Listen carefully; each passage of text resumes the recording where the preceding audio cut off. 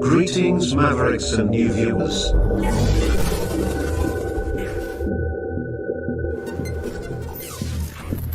Tonight, direct and live from the Maverick News Network World Studios. This is Maverick News with Rick Walker.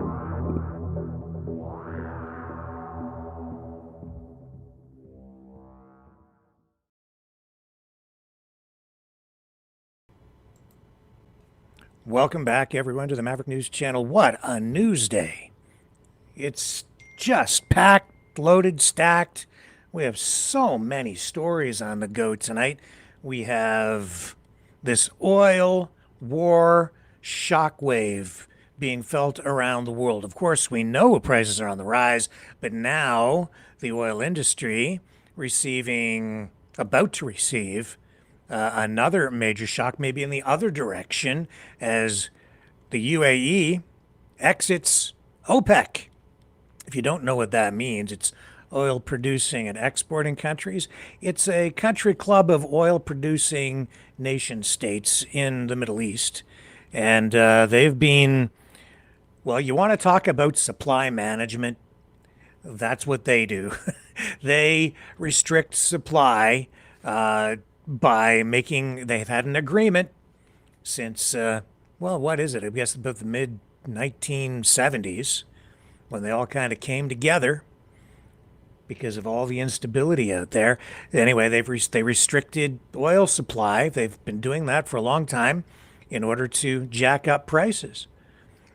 It's an oil cartel. It is actual supply management. But now the UAE is exiting because of everything going on with the war between the United States with Israel against Iran. So we'll dig into that a little bit tonight and talk about the oil shock. We also have this economic statement from the Mark Carney Liberal government in Canada. We have this whole ceremonial pomp and circumstance with King Charles and his visit in the United States. We'll give you some highlights from that today. What else do we have? I'm just looking on my list. Oh, James Comey indicted.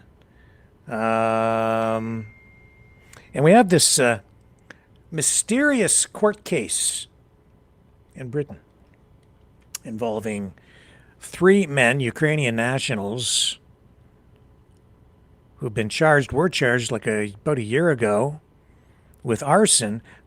When after 2 residences, at least 1 vehicle set ablaze that belonged to Keir Starmer. Anyway, there's something of a mystery surrounding it. I have something of an explanation for some of it, but not all of it. So we'll get into all of that tonight as well. All kinds of stuff to share with you. Oh, also at the very end of the broadcast tonight, I have something special that I think you're going to like, but you have to stick around again until the very end of the broadcast to partake in the festivity. Okay? And I'm going to teach you something that you're going to like, I think, and you're going to love it, actually, and you're going to want to share it with your family, your friends, with the world. And it will be a way for you to express yourself. Anyway, all of that and more coming up right here on the other side of this.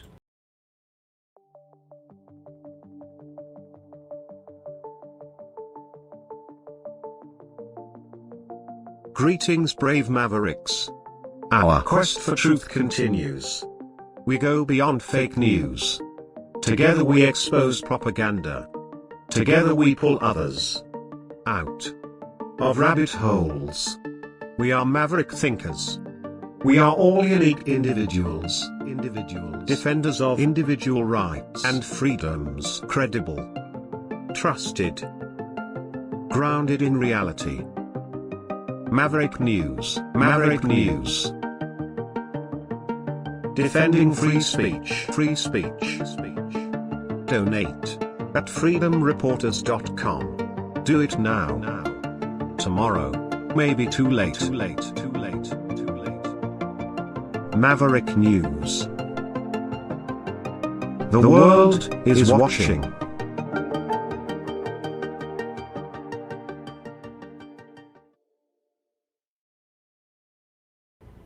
First up tonight, let's talk about this situation with the UAE and OPEC. It's a stunning move, really, sending shockwaves through global energy markets. Doesn't really take effect until May 1st, though. The United Arab Emirates announcing it is leaving OPEC and its allied OPEC Plus group effective Friday, May 1st. The UAE, a founding member since, 1967, and the cartel's third largest producer, is walking away after nearly 6 decades. See, I'm reading that from some notes here, but as I recall, they really started to put the screws to the world back in the mid-1970s, kind of in the Carter era, but maybe that's just my fading or selective memory of work. In any event, the decision confirmed today by the UAE's energy ministry and state media reflects what officials call the country's long-term strategic and economic vision. So Abu Dhabi wants the freedom to pump more oil without OPEC production quotas holding it back. This basically breaks up the cartel, or at least one of the most important members, producers, is exiting. The UAE currently produces about 3.4 million barrels per day, but has invested heavily to boost capacity to as much as 5 million barrels by next year, sometime next year. The UAE's energy minister says the country will now ramp up output gradually in line with global demand to meet what it sees as sustained long-term growth in energy needs. We have a chart. Let's show you the chart. This produced by CNN. Let's see if I can get it up here for you. Did I lose it? I think I lost it. Did I lose the chart? No, come on. No, I think it's still there. There it is. Okay. It just went small screen, so we have to make it big screen. That's what we want. Here's the chart. Now you try and figure that one out. It's actually not that complicated. It says OPEC, and then there's an arrow. It's got all the OPEC countries, and then it's got an arrow pointing to the one side. For me, it's to my right, unless I turn the other way, then it would be to my left. But for you, it would be pointing to the right side of your screen, and it says UAE exiting May 1st, 2026. So that means the UAE is exiting. That's why they put the arrow there, as you can see. Why is the UAE leaving? It says here, inside OPEC, production quotas, coordinated output cuts, cartel discipline, limited output. It's got a bunch of arrows again. It's very scientific. And then if you look on the other side, it's got some other stuff on the other side. Like I said, simple answer, they want out of the production quotas, so they can just pump more oil, sell more oil, because the world supply is being strangled because of the Trump war against Iran. That's why. And so I think what they've done here is they've thrown Donald Trump a bone. Now, I don't know exactly what the long-term ramifications of this might be, but this chart here has a bunch of other arrows on it that point this way and that way from CNN. And if these ones point down, those ones point up. And over here, it says market impact, and it's got an arrow pointed all the way over to the extreme red zone, which should scare the living daylights out of you. Maybe. I don't know. All I know is it's got all the arrows and all the, and all the things on it that make it look pretty darn official. Does that help you, that chart?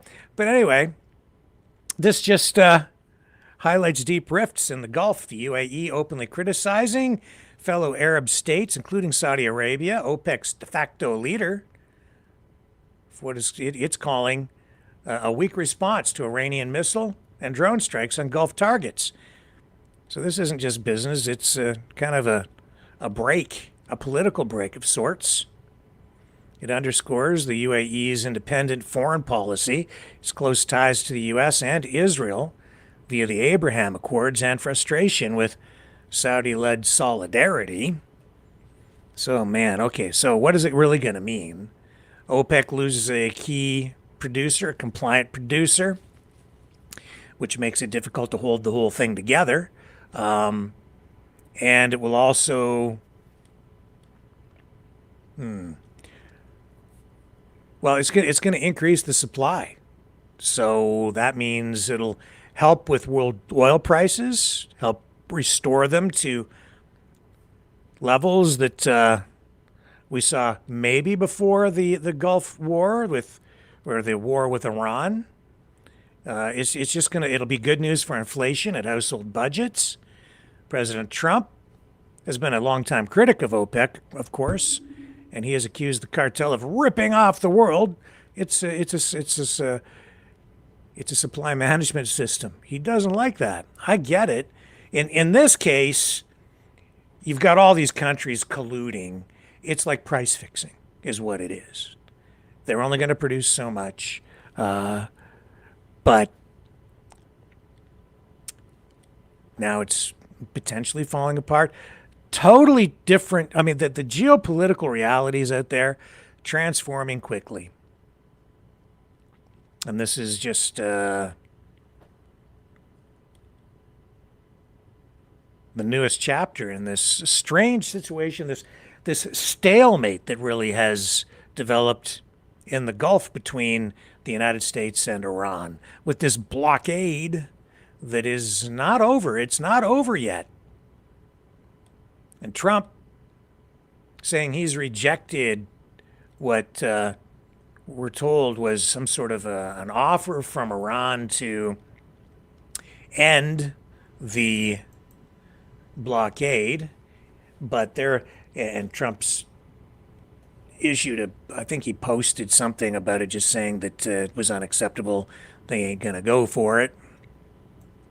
You want to do the Truth Social scroll with Mr. Trump right now? Let's go ahead and do that.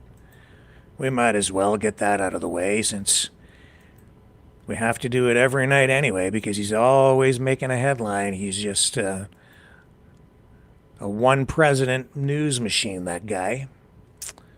Here's the Trump social feed. Here it is. Iran has just informed us they are in a state of collapse.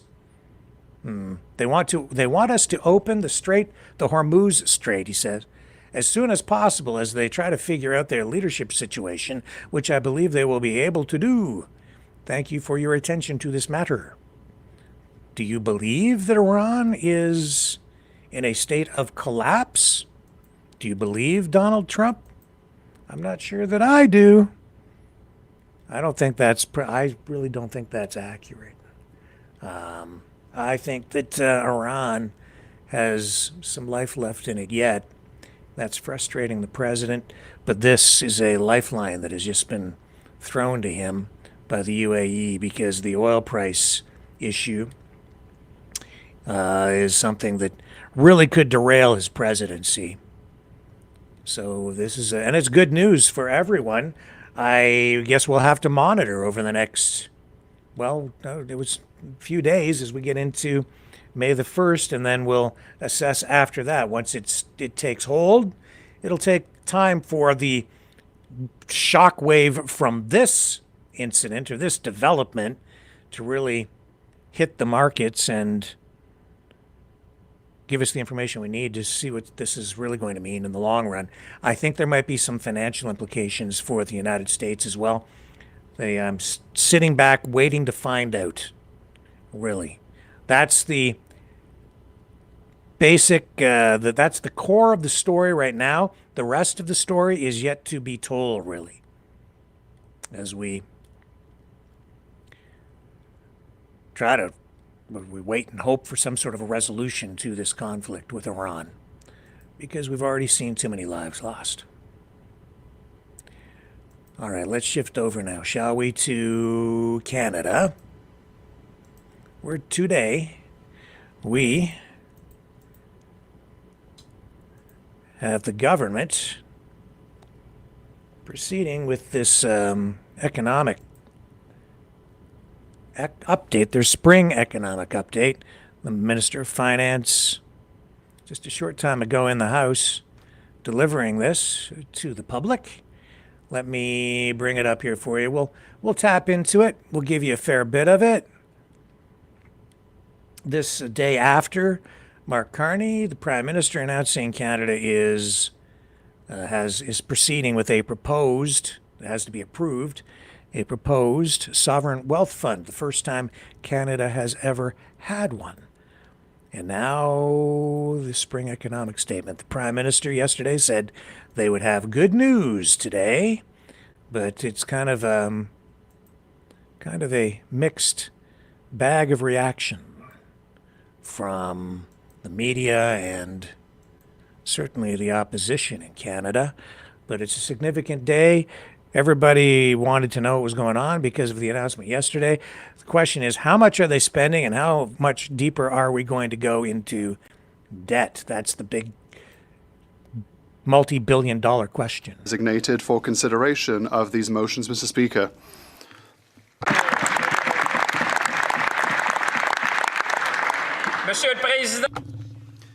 Mr. Speaker, honourable members, fellow Canadians, when I rose in this House to deliver Budget 2025, I presented an ambitious plan to navigate the current challenges and harness Canada's many strengths to position our country for success for decades to come. The changes we are witnessing are sudden and unprecedented. From geopolitical shifts to supply chain disruptions to rapid technological breakthroughs, including in artificial intelligence, the world is changing quickly and Canada must adapt to thrive. That's why the Prime Minister called on Canadians to seize the opportunity and build at a speed and scale not seen in generations. To build Canada strong, to build sustainably and responsibly, to build a Canada for all, Mr. Speaker, because we believe in Canada.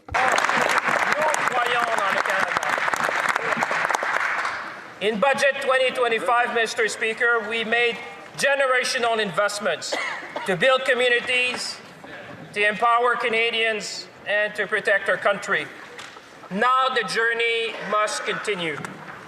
We do this by drawing on Canada's unique strengths and capabilities. We have the most educated workforce, Mr. Speaker, something we should all be proud of. Yes, we should applaud all our people, the strong people we have in Canada. We have a very strong industrial base that builds ships, cars, and planes. We have critical minerals to power the economy of the 21st century.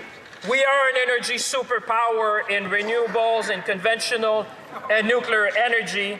We are the only G7 country with a free trade agreement with all other G7 nations, giving us preferential market access to 1.5 billion people around the world. This is Canada, Mr. Speaker. This is the Canada we can be proud of, a country that is strong, a country that is ambitious, a country that is confident. Above all, as the Prime Minister said, let's lead with the strengths of our values and the value of our strengths. Canada is resilient. Canada is resourceful. Canadians are resourceful people.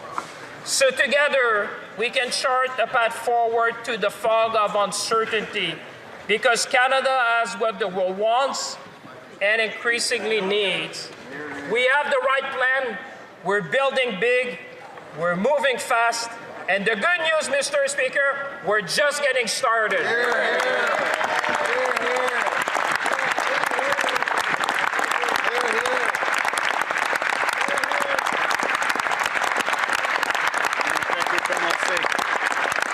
And I know in their heart, Mr. Speaker, that my Conservative colleagues also feel the same. I can see that across the aisle.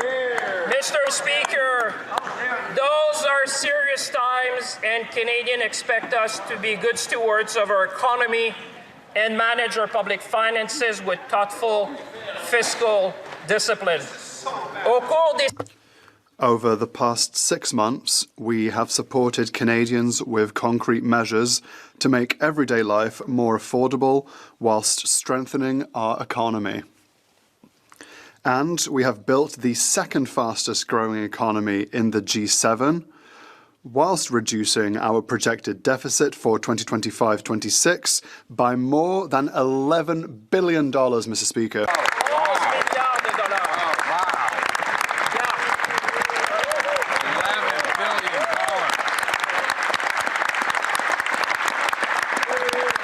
Mr. Speaker, this is the essence of being strong fiscal manager, to make sure that we make the right decision, Mr. Speaker, to ensure not only benefits today, but for future generations. Mr. Speaker, our economy is resilient, driven by GDP growth, rising incomes, and obviously more jobs. Let me be clear, Mr. Speaker, this is good news for Canadians. It reflects a stronger, more productive economy. And we have made this happen through pragmatic and targeted investments, through making Canada the most competitive jurisdiction in the G7 for investment, including to the productivity superdeduction, and through our trade diversification strategy, Mr. Speaker. And we have ensured that as revenues have grown, two-thirds of this increase over the past year has been directed toward affordability measures that make a real difference in the lives of Canadians. This is the true essence to be Canadian, Mr. Speaker.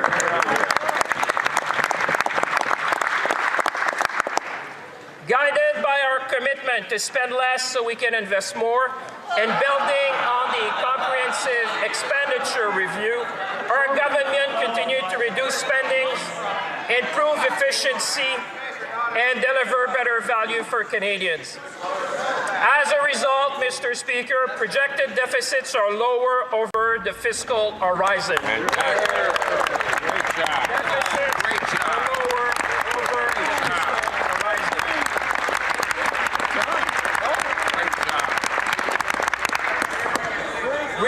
We also remain firmly on track to balance day-to-day operating spending with revenues by 2028. Listen to her. We're here because Gaza still needs your support. Headlines fade. With that. Oh, hang on. Take that down. All right. Sorry about that. So that was the finance minister, Francois Philippe Champagne, alongside the prime minister.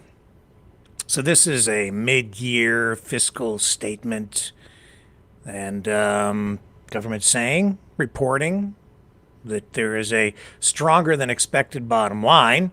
The projected deficit for this year has been cut by more than $11 billion. That's substantial. And it now sits, though, at $66.9 billion. That's substantial, too. That's pretty darn high. They are, though, putting that into a lot of projects, infrastructure projects. A clear nod to Keynesian economics, increasing spending in times of downward economic pressures. But Carney and Champagne there today saying that their good news today is the result of a resilient economy and higher revenues than expected. Deficits now on what they say is a clear downward track. The opposition, of course, has a different take on the whole thing. This update today outlines new investments aimed at building long-term growth. Highlights today included the launch of the Canada Strong Fund, the country's first national sovereign wealth fund, which we highlighted for you yesterday, $25 billion as an endowment to the people, which will be forthcoming over a 3-year period. And I highlighted that for you last night. I'll come back and talk a little bit more about it in due course. However, before we get into that, let's go and get a little bit of reaction from some opposition MPs. This is what they've had to say about it today, this economic update. So we're trying to give you some balance in the reporting here. And we're going to start with Elizabeth May of the Green Party. Here she is, and there will be others of various political stripes to follow. Myself on that. I hope I'm not the only one. The spring economic statement makes astonishing projections that, we're not going to see the price of oil more than $15 a barrel more than it was for the November budget that we had. We know that that the war that was launched by the U.S. and Israel has upended projections for oil prices. It's upended projections for inflation. It's created vast economic uncertainty. But this budget projects a sense that all is good, steady hand at the tiller, no one needs to worry, we can all go to sleep in our beds safe as Canadians.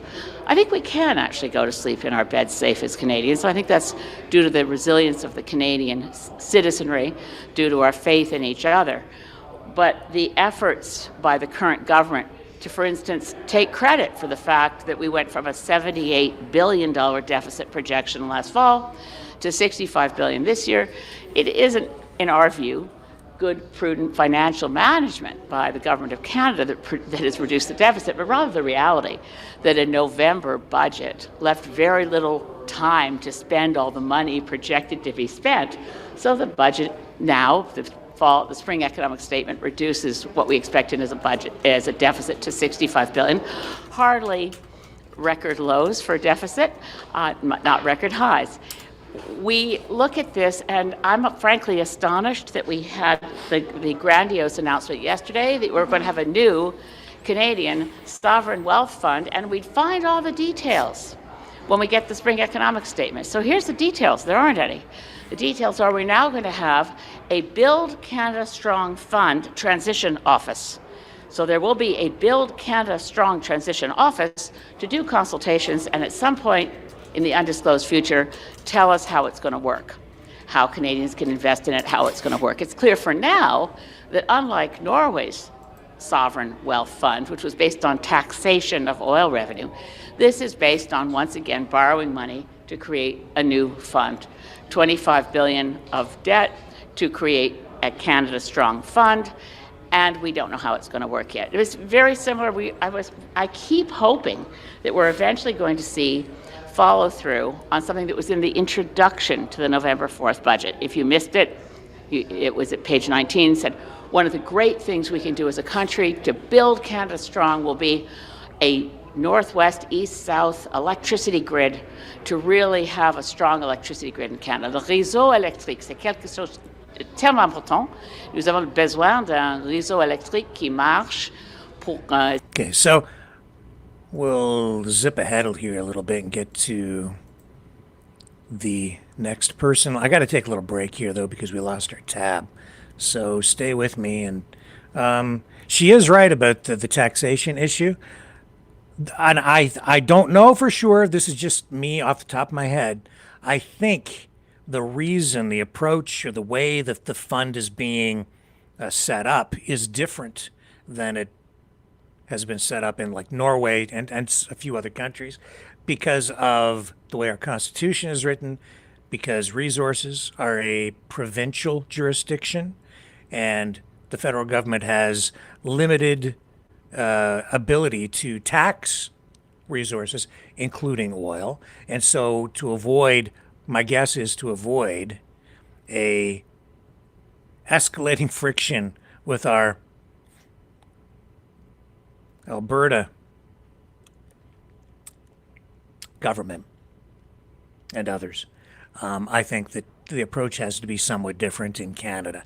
That being said, I'll have more to say about it when I come back on the other side of this.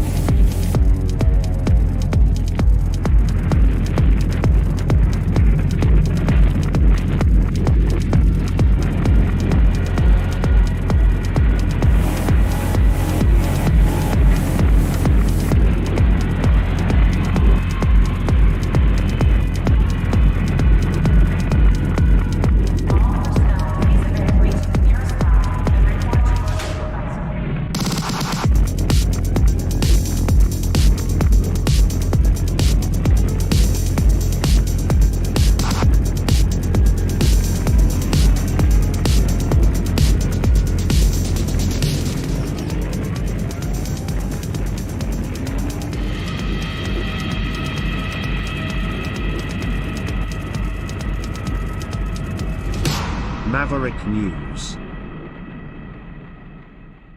The world is watching.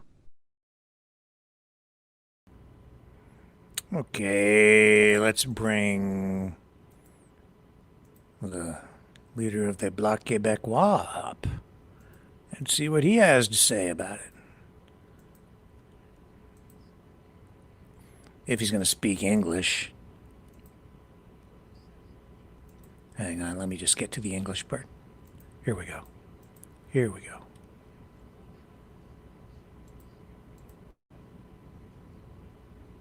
Faire de l'extraction de davantage de pétrole, lequel pétrole va être acheminé vers la côte ouest par de nouveaux équipements qui vont être payés, contrairement à ce que le gouvernement disait, par la poche des contribuables. Et il est absolument faux de prétendre qu'il y ait quelque avantage économique que ce soit à se procéder au bénéfice des Québécoises et des Québécois, parce que les projets d'infrastructure en question ne seront jamais à proprement parler rentables, d'où la nécessité pour le gouvernement de prendre l'argent des contribuables et de le couler dans ces infrastructures pétrolières.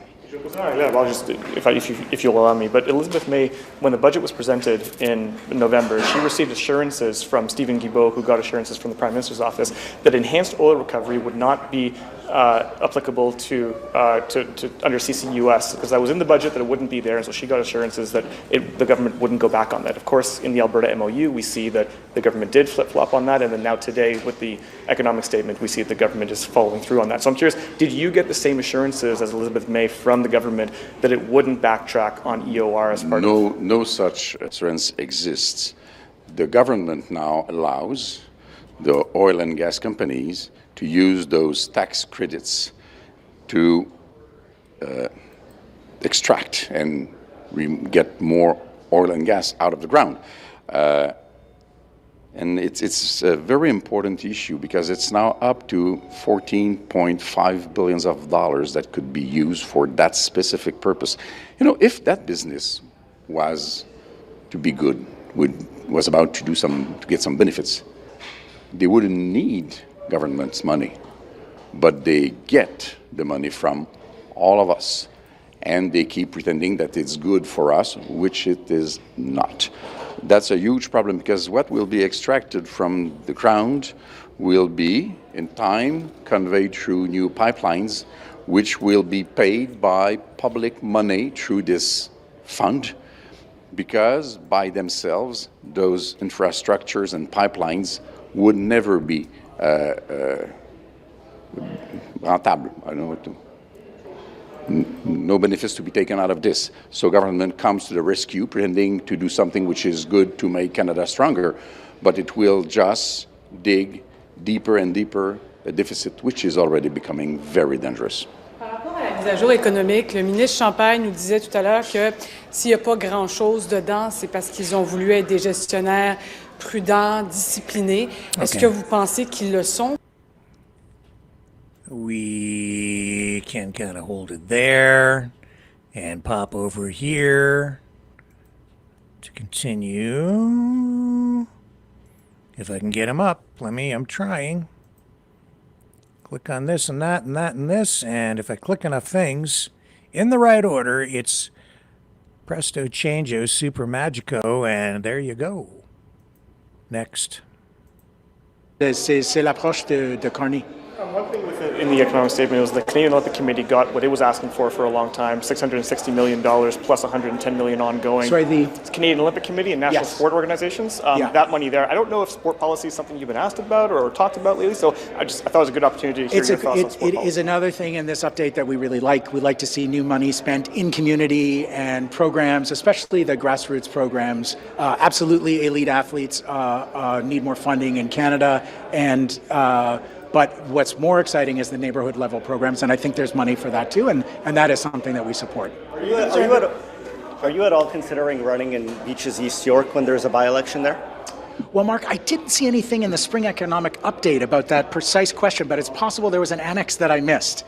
No, I've already ruled out running in that by-election in Beaches East York. Yes, yeah. Okay. As I've said, there's plenty of work to do for me across the country, rebuilding the party, and I'm going to prioritize that for now. We're going to go to Are you concerned about the reduction to CPP contributions that's in this budget? Yeah, my understanding is that we're not sure. We're looking into those numbers. It must not be a reduction in benefits, and our early indications are that it shouldn't be. That doesn't imply automatically a reduction in benefits. If the fund is doing well enough that the contributions can be lowered, that's one thing. If they're lowering the contributions in order to lower the benefits, we believe that there should be appropriate pensions for all Canadians. The CPP is not enough to live on, like employment insurance is not enough to live on.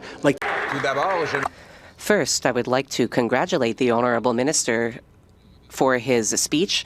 I would thank him for simplifying the disability tax credit. As a father, I appreciate that, and I'm ready to work with him to make the system simpler so that it can help more people.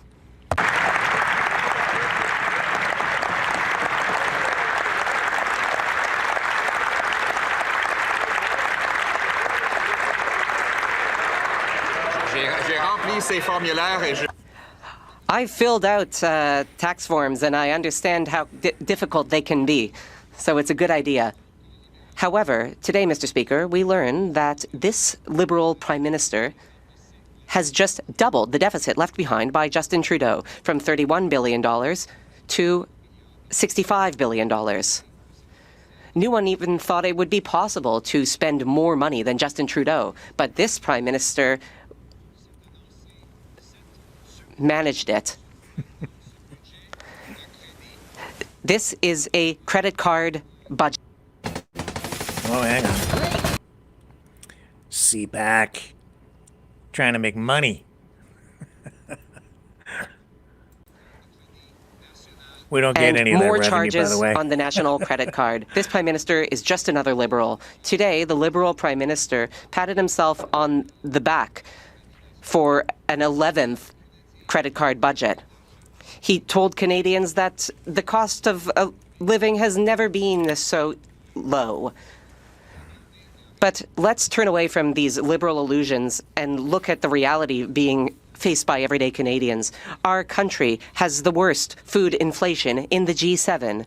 In Quebec, the situation is particularly serious for seniors. According to the Journal de Montréal, Mr. Speaker, 1/3 of Quebec seniors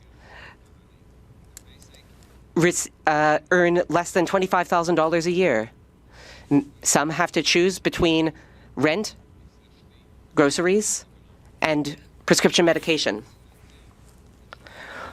One retired individual was quoted by saying, "I almost ended up in the streets." Rents are skyrocketing, and many seniors are living on less than $1,900 a month. They're having to skip meals. We see stories like this all throughout Canada. The Liberals' credit card budget has led to more inflation, higher prices, and a future of high taxes, all while Liberal insiders continue to rake it in through corporate welfare and subsidies. That's what we see in the Liberal economic update. More spending, more costs, more taxes, more charges on the national credit card. This Prime Minister is just another Liberal. The Prime Minister has broken his promise to reduce the debt-to-GDP ratio. It is set to increase for 4 years straight. The Prime Minister also broke his promise to spend less. Spending this year has gone up by 5%, beyond what Justin Trudeau projected.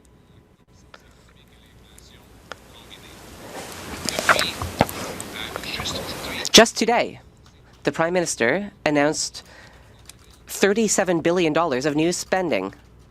And here we're talking about net spending. This completely dwarfs any savings he has achieved. Since coming into office, the Prime Minister has created 13 new government agencies, burdening our democracy further. His deficit is the largest we have seen outside of COVID, and interest payments on the debt, expressed as a percentage of GDP, are the largest we have seen since 1996. Interest payments on the debt are now $59 billion a year, more than what is spent on health, more than what the government takes in through the GST. This means that when you pay the GST, every single cent you are paying vanishes into the pocket of bankers. Not a single cent goes to our doctors or nurses, Mr. Speaker.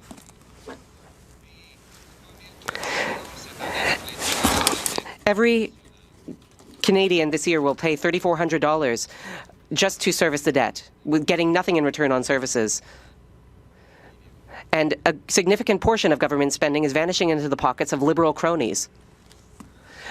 The government has just announced a sovereign wealth fund with no wealth to fund it. It's a boondoggle, Mr. Speaker. And the money that goes into this fund will also be charged to the government credit card.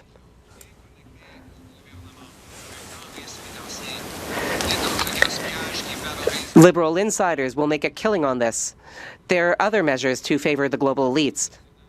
$3 billion for climate spending. This is the same excuse that the Prime Minister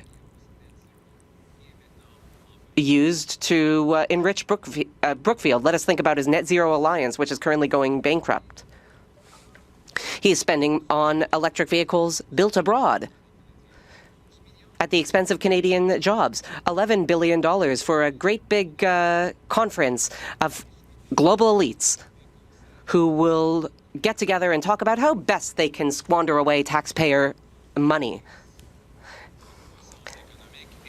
And the update is also predicting increased inflation and decreased growth, all while the government is doing all it can to increase the cost of living and reduce wages, all while liberal insiders rake it in.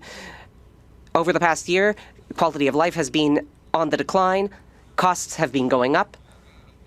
I would invite these liberals to open their eyes and wake up to reality. They should propose a plan to reverse course. Conservatives have proposed a plan with 4 pillars. First, abundant, affordable energy with no tax on gasoline and no carbon taxes. 2,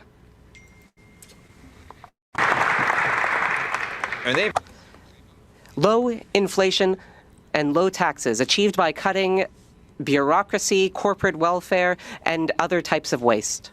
3, free trade competition.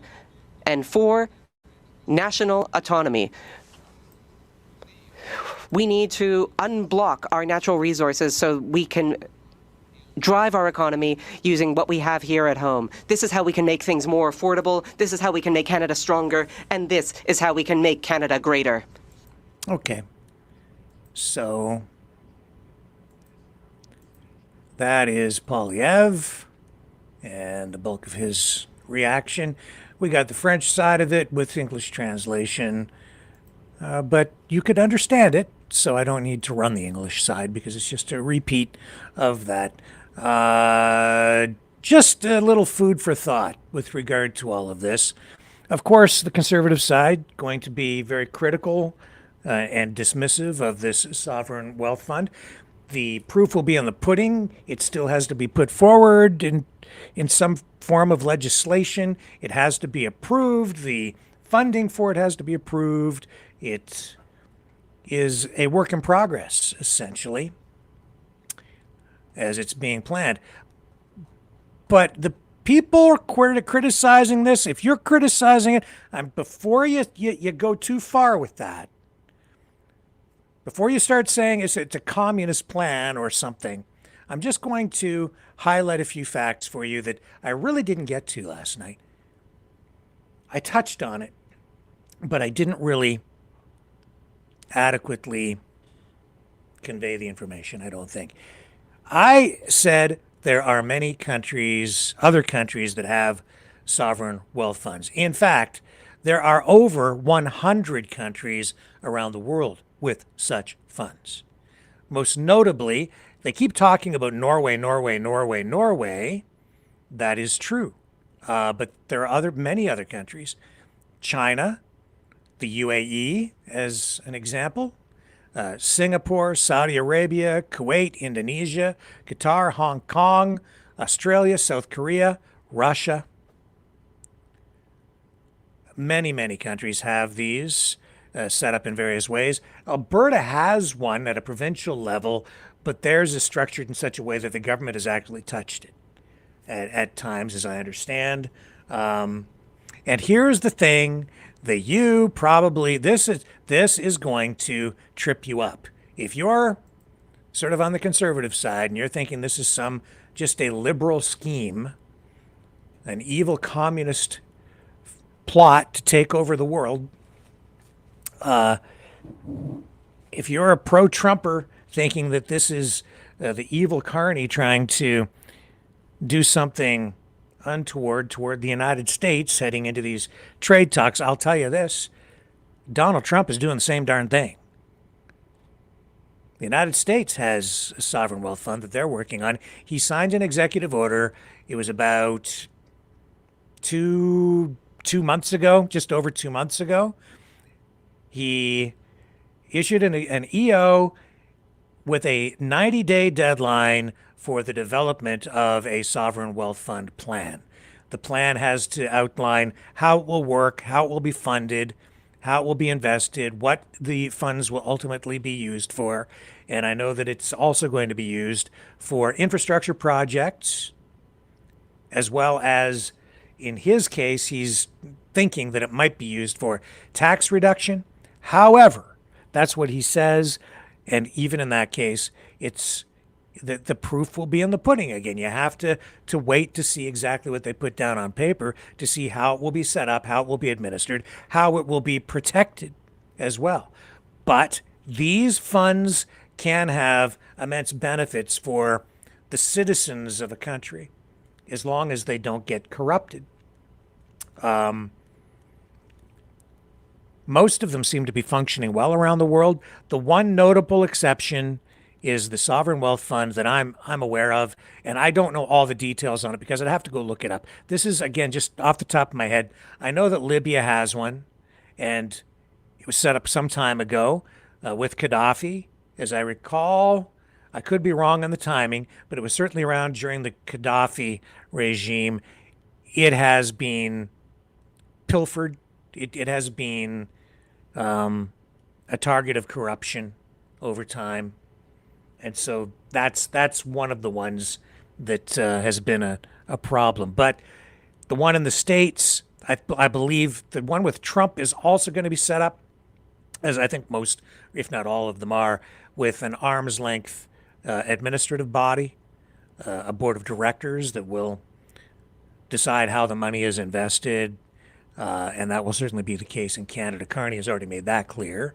So we'll just have to sit back, wait, and see what the details are on it. But I still am in the camp that of this could be a really good thing for the country. It could be an extremely useful tool moving forward. And in the end, well, there won't really be an end because the endowment will be sitting there over time, building up wealth over a long period of time. You could end up with trillions and trillions of dollars in it. And that certainly is the case in these other countries, because I think in Norway alone, I think you're looking at, I think they've got about $2 trillion in theirs. Other countries, less. Singapore, I think, also about $2 trillion. And even China has one of these things, one of these sovereign wealth funds. And I think theirs is even larger. I think they're up over $3 trillion is what theirs is worth now. Some of these countries setting them up decades ago. So Canada, the United States, we're lagging behind in this area. And as the world changes, as the world economy changes, there are some new tools available instead of just tax and spend that could potentially pay dividends over the long run. Speaking of Russia having a sovereign wealth fund, they also have a big problem because a big oil field is on fire again. We have a little bit of video we can share with you tonight to show you. Here it is. Huge oil fire. It's not the first time it's been set ablaze. Ouch. It's a major escalation of Ukraine's long-range strikes on Russian energy infrastructure. Ukrainian drones hitting, well, this one is not, this one is the Tupance, I believe they call it, oil refinery. But the Rosneft oil refinery in the Black Sea port city, you have two apps. So this is the one. This is the third time in 2 weeks, less than 2 weeks, that it's been attacked and has been set on fire like this. Big problem. This war against Ukraine that was supposed to be over in like a week, now entering its 5th year. That's the thing about wars. They rarely end the way the instigators plan in the beginning. That certainly is the case still in the Middle East with Iran as well. And as I said earlier, it's turned into a standoff. It really has. A stalemate. War of words, both sides claiming victory. Donald Trump rattling his saber. A lot of bombast. And I'll tell you this. People, his over-the-top rhetoric, his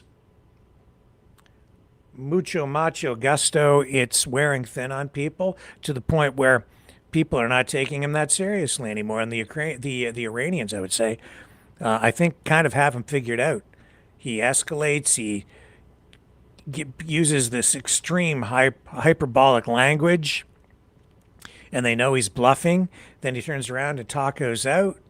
Then he extends deadlines and then turns around and starts the cycle all over again, hoping to get the kind of outcome that he's looking for.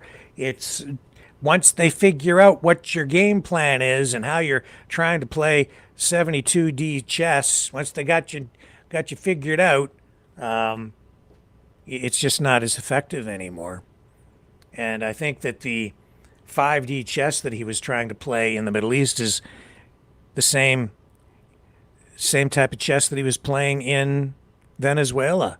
You can see that what he was trying to do is just capture the king right at first move, thinking that he could do that, or kill the king first move, and then it's game over. That, I think, is the simplest explanation of Donald Trump's approach to war. But in this case, it worked in Venezuela, sort of, because he got his hands on Maduro. He's putting him on trial in the United States, and now he has a compliant administration in Venezuela, where I think Trump is actually the guy in control, directing how the country operates down there, giving them at least a veneer of sovereignty. But Iran, different story, man. You still have this blockade on a blockade, and the media is beginning to lose interest in it, as is the public, because it's just dragging on so long. And until we get really significant developments in there, you're going to see it continue to slide down the story list every day and get less and less attention in the media, which isn't such a bad thing for Trump, because he clearly wants to keep the focus on other things, not everything that is going wrong for him. He's got a whole bunch of things he wants you to focus on, like the indictment of James Comey. He could face, former FBI director, could go to jail for up to 20 years because of the social media post he made. I don't remember exactly when it was. You probably recall it, though. He made the message out of the numbers on the beach out of seashells, and it said 8645. And that, of course, interpreted as a message to act violently against the president. This news conference today with the acting Attorney General, Todd Blanche, coming on the heels, of course, of the attempted assassination of sorts against the president at the White House Correspondents Association dinner. And so Blanche outlining the trouble that James Comey finds himself in. Politics, a nasty, nasty, nasty, nasty blood sport business. Good afternoon. Today, a grand jury sitting in the Eastern District of North Carolina returned an indictment against James Comey on 2 counts. The first count is that on or about May 15th of last year, he knowingly and willfully making a threat to take the life of and to inflict bodily harm upon the President of the United States. Count 2, same day, May 15th, 2025, that the defendant, James Comey, knowingly and willfully transmitting in interstate commerce a communication that contained a threat to kill the President of the United States. Both of these counts carry a maximum term of imprisonment of 10 years. Good afternoon. Okay. Today, a grand jury sitting in the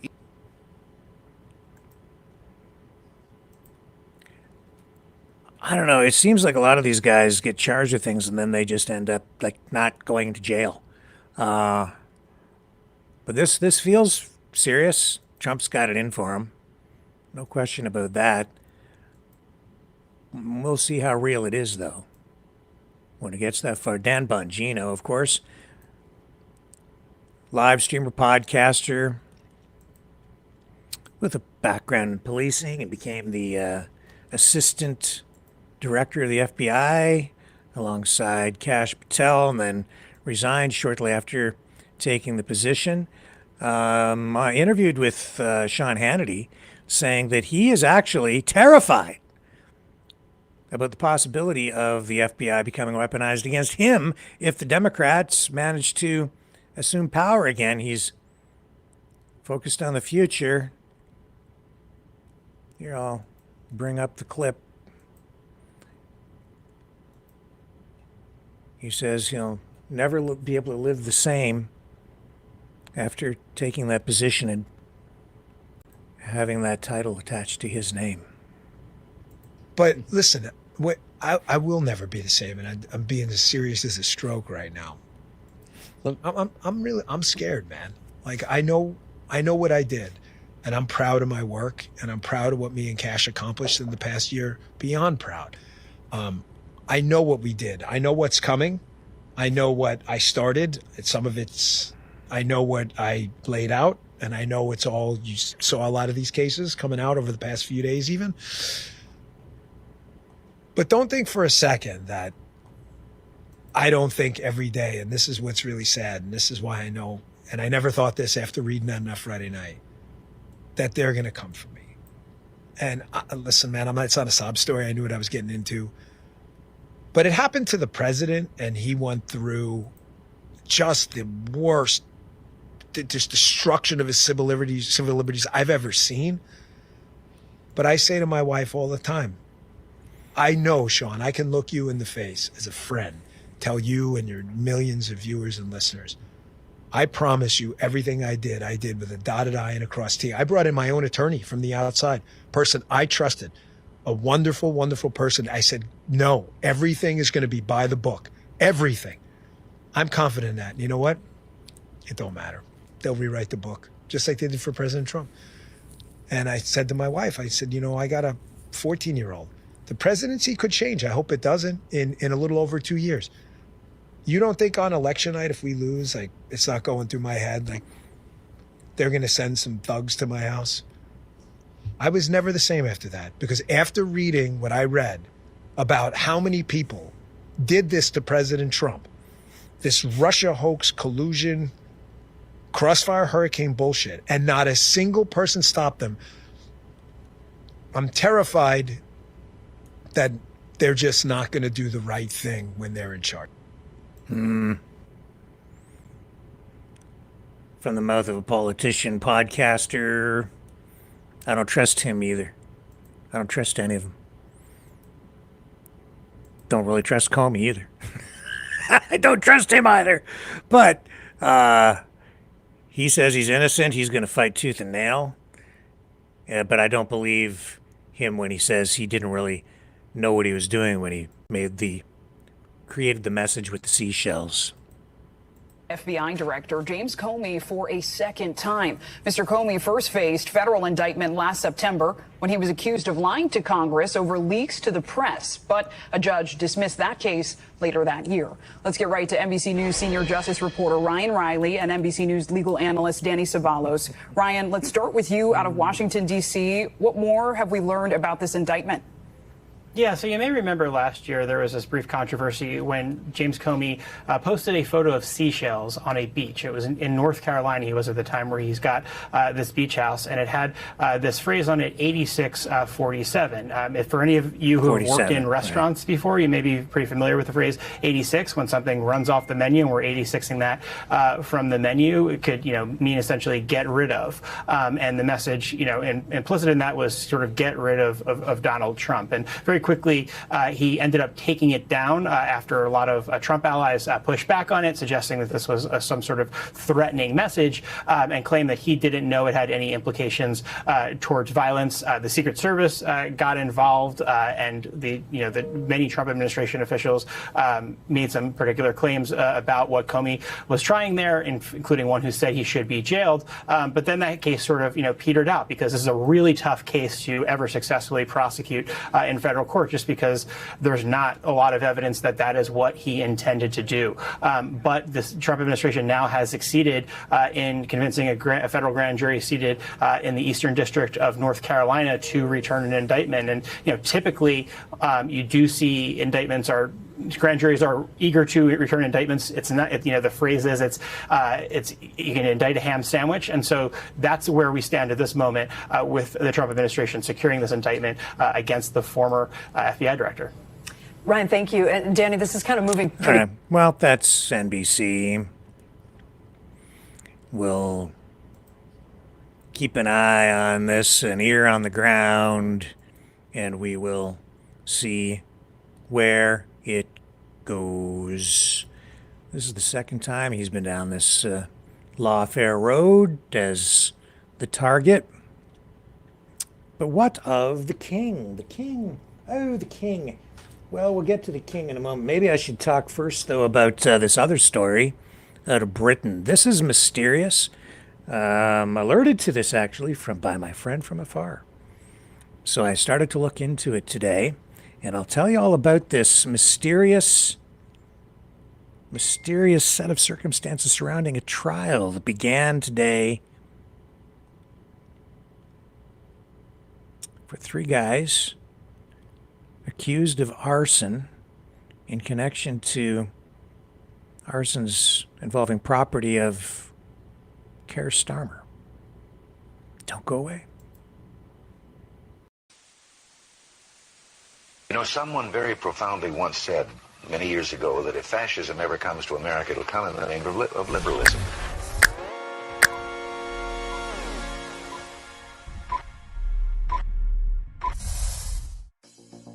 Well, I think it's time we ask ourselves if we still know the freedoms that were intended for us by the Founding Fathers.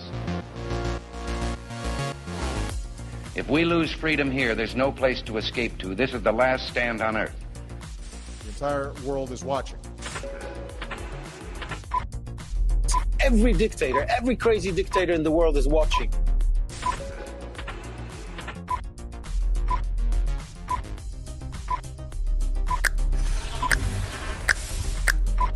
The world is watching. On TV, the entire world is watching. On social media. But the entire world is watching, and yes, they are seeing what we have apparently bravely been willing to say that others are thinking. Stand for freedom. Literally stand for freedom. Let's get this done. The entire world is watching. We're at war with the most dangerous enemy that has ever faced mankind in his long climb from the swamp to the stars. Maverick News. Maverick News. Maverick News. Let me have more control of my own destiny. The world is watching.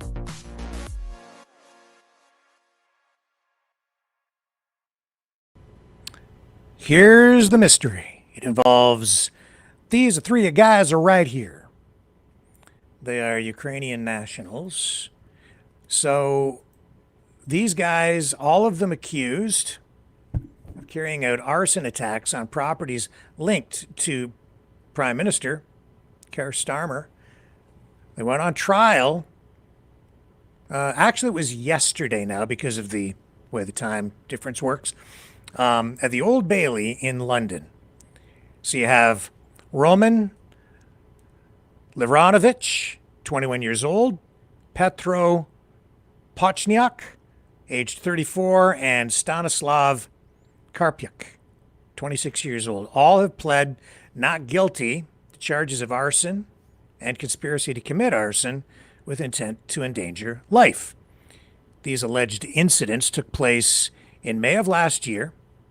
It involved a car previously owned by the Prime Minister, as well as a former home of his in Kentish Town and another property in Islington, which I believe he was renting out because, of course, he's living on Downing Street. Now, all three men remain in custody, and this court case began today. Now, court records confirm that the trial opened in court number 2. I did make some inquiries today, actually, because at first I was like, what the heck is this? Because there have been some independent media reports out there framing this as a real mystery, maybe even a conspiracy to keep it all hush-hush, like nobody's talking about it. And they highlighted the fact today that really no mainstream media went to cover it, the opening of the trial. And I thought, but that does seem very odd. It really does. And they're spinning it up and, casting a lot of shade on this. And they're like, ooh, it's really weird. And they're probably trying to hide something. And so at first I thought, well, maybe they're just exaggerating. But I went and I looked it up. And then I started to make some inquiries. And yeah, it's true. It is. The trial actually did start today. I have a little bit of context to add to this tonight, though. Now, the court records confirmed that the trial opened, as I said, in court number 2. No reporting restrictions in place. That's as I understand it. Now, I'm not there, so I couldn't go to court. But as I dug deeper, some people saying no court restrictions in place. That seems to be true. And there's no, there's like a security order that can be directed at the media. I don't think in Britain that it's a binding, mandatory restriction or gag order in place when they put those things forward. They're voluntary, but I think the media generally complies.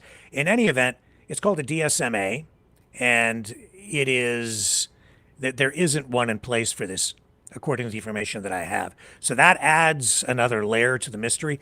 Why, if there's no publication ban, which is what they would call it here in Canada, why would the media not report on an incident like this that made national headlines at the time and really captivated the public interest when it was a breaking story a year ago? Well, I'll get to that in a moment, but It does seem odd, doesn't it? In any event, core facts are the defendants' names and ages and nationalities, all of this. These are truthful things. But as I did dig into it today, what I was able to sort of figure out is I started to ask questions. What was going on in court today and yesterday in the first 2 days of their trial? And what's been going on for the past 2 days is procedural housekeeping, vetting jurors, administrative housekeeping, getting ready really for the trial. So it's opened, but it's really just like jury selection, and there's been no evidence presented as such. Now, here in Canada, I've covered a lot of court over the years. I used to cover quite a bit of court in Canada. I can tell you that as a reporter, I would go to court when there were newsworthy or noteworthy milestone events taking place. If an accused was making an appearance after spending some time in jail awaiting trial, and they were coming in to talk about bail or something to that effect, I would go down and keep people updated on a court case like that. But if it was just something procedural, I might make mention of it in a newscast, but I wouldn't go down there necessarily and sit there all day and report on it. Now, I can't say for sure why the mainstream media hasn't taken much note of this at this point. I can't say for sure why even independent media hasn't given this more coverage today. And some of the guys complaining about it or highlighting this as a mystery, I don't see them actually down there either in front of the courthouse. So all I can say is if I were there, I might pop in, but probably not if all they're doing is just getting everything set up for the beginning of testimony and the presentation of evidence and arguments. So, and questioning. It hasn't really started yet. The trial's opened, but the fireworks hasn't started yet. So we'll figure out how much. We'll get a better sense of what the mystery is really all about, I think, in the days ahead when they actually start to present evidence, if the media goes down at that point and starts to give it at least some attention. That's not to say that there isn't something odd about it. Again, like if I started digging in again, and as I went through things, and I was looking for material, all these links to stories about this taken down off the internet. Almost everything that I found as past links to the story taken down. So that can drive you crazy looking at that stuff. But this is a story that may involve national security issues. It does involve potentially the Prime Minister. I don't know why there aren't publication bans in place. It is odd, though.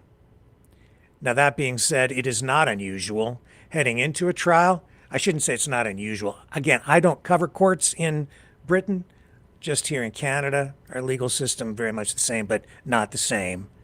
So it seems odd that stuff is taken down, but I know that sometimes media will be asked or even directed to take content down from the internet, take it offline heading into a trial so that a potential jury or a jury won't be prejudiced by material that they've seen online, because when they go through the vetting process, they have to ask each potential juror what they know about the case, what they've read in the media, and determine if they're coming in with a bias because of media coverage they've consumed. And if someone is tainted that way, they have to reject them as a juror. So if the media is out there reporting heavily on something, prior to it, they will or may ask for that stuff to be taken down or even order it. Again, not working over there, I can't say exactly. I can't say for certain what the procedure is. I'll just say that it does seem somewhat odd. If you start really peeling back the layers, you can find explanations for some of these things. But there is enough weirdness around it that I'm still kind of scratching my head. Just wait for a couple of days, wait for the trial to start, and then we'll actually see. These guys, of course, saying that they're not guilty, that they, I guess, didn't do it, not responsible for these fires, but we'll see. We'll see. Southern Poverty Law Center also, the charges from, what is it, the DOJ in the States? Yeah. FBI? Yeah. Accusing them of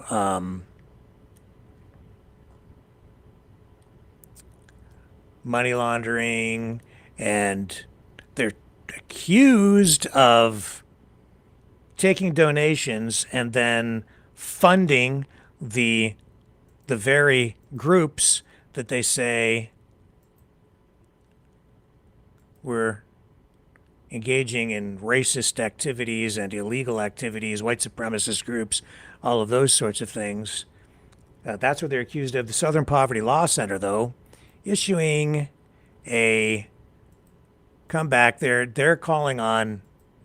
They have a lawyer who is now calling on the FBI, I believe, to withdraw or correct a false and unfairly prejudicial public statement. I'm going to go back here to Todd Blanche, acting FBI director. We have this clip of him, if I can get it up.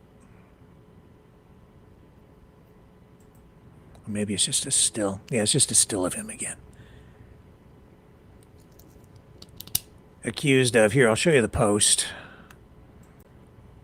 that is, I guess, supportive of law enforcement's actions here. They say, seems the SPLC broke many banking rules and the paper trail will be easy to follow. They created fake companies with 0 employees, etc. They're accused of.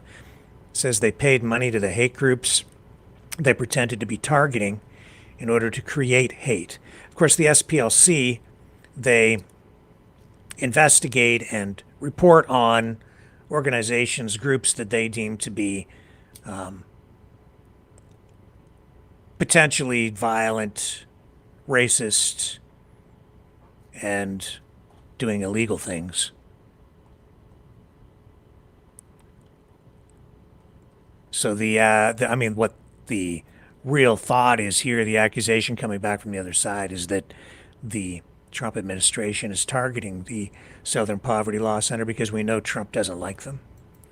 And you can take from that what you want, but here's the letter from, I believe, the lawyer representing the Southern Poverty Law Center. This is a heavy-duty, serious legal battle. Saying here, this is from Kevin P. Davidson. No, it's going to Kevin P. Davidson, I guess. Yeah, dear Mr. Davidson, I write to demand that the United States correct a false and unfairly prejudicial public statement made by Acting Attorney General Todd Blanche last evening. During an appearance on the Ingram Angle on Fox News, AG Blanche made a number of statements about the department's indictment of the Southern Poverty Law Center. You signed that indictment as the acting U.S. Attorney General for the Middle District of Alabama.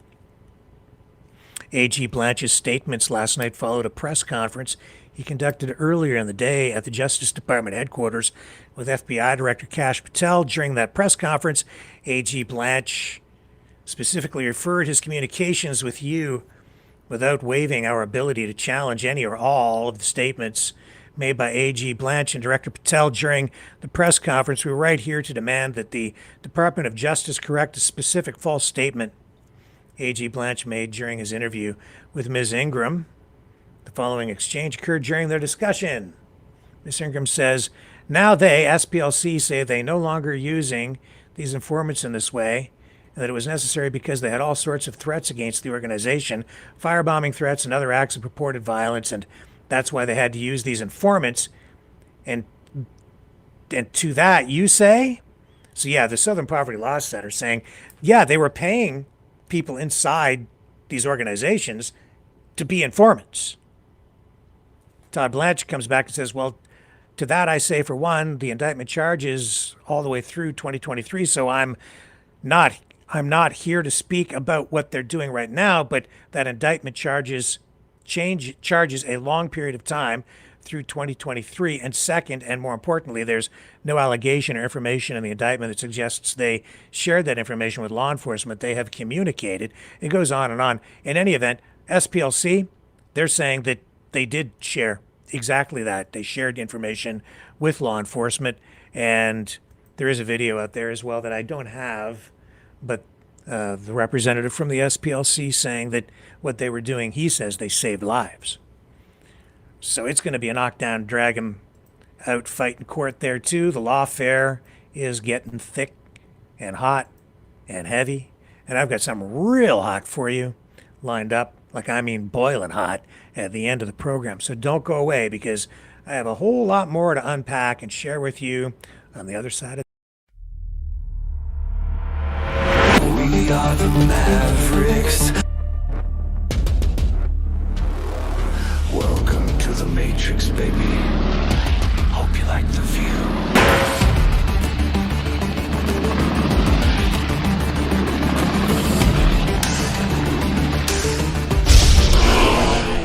We are the Mavericks. The world is watching.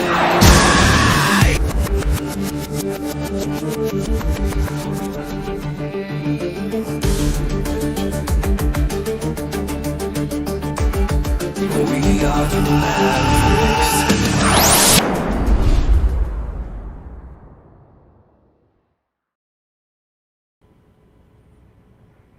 Okay, you know what? I do have the clip here if I use this ABC clip, so give them credit for it. And here we go. This is, I believe they have the SPLC guy in here for you. Bring up the audio and let it go. Against one of the nation's most prominent civil rights organizations. The Trump administration claims the Southern Poverty Law Center has been defrauding donors and funding the very hate groups it claims to be fighting. The SPLC is a nonprofit entity that purports to fight white supremacy and racial hatred. It was instead manufacturing the extremism it purports to oppose by paying sources to stoke racial hatred. Now the group CEO is defending its past payments to confidential informants and calling the charges government weaponization. There's no question that what we learned from informants saved lives. Today, the federal government has been weaponized to dismantle the rights of our nation's most vulnerable people.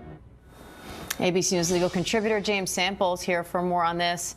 Hi, James. The Southern Poverty Law Center has positioned itself as the country's watchdog for hate groups. So what's your reaction to these charges? Well, the charges, Diane, are to understand what is being charged. The government is alleging that the Southern Poverty Law Center used paid informants to infiltrate groups like the KKK, Nazi organizations, and that those payments are fraudulent in the sense that they came from shell organizations.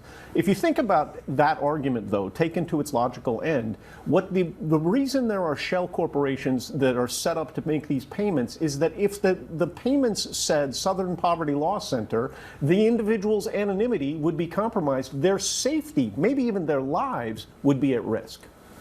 How strong is the Justice Department's case here, and what do they need to show in order to prove this in court? In order to show fraud here, they need to show that there was a material misrepresentation that harmed a victim, i.e. that the donors to the Southern Poverty Law Center were, in essence, defrauded because the money that was donated to the organization was then used, in the government's terms, to support the organizations that are purported to be the targets of the Southern Poverty Law Center. Do they have donors complaining? They do not yet have donors complaining, and in fact, the organization has been hugely successful over the years in fighting these battles. You might say that the donors were getting exactly what they paid for. And if you think about an analogy here, when the FBI pays an informant to infiltrate the mob, they don't give them a paycheck that says, from the U.S. government. They hand them a bag of cash. Well, that can't happen here, so that's why they set up these shell organizations. This is only day one. The indictment was issued yesterday. The defense hasn't been heard from yet. This will take time, but it does seem to be like a targeted attack against an organization that is not necessarily one that the party thinks highly of. What do you make of the timing coming just over a week after the Justice Department moved to vacate more convictions related to the January 6th attack on the Capitol? Is that a coincidence, or is the administration trying to send a message? I think that is the right question to ask, absolutely. 1 week ago, to be clear, the same Department of Justice sought to vacate the convictions of Proud Boys and Oath Keepers, and now they're going after a group that has fought against hate groups. In just the span of a week, the juxtaposition at a minimum is striking. All right, ABC. Getting the picture? the culture war goes to court.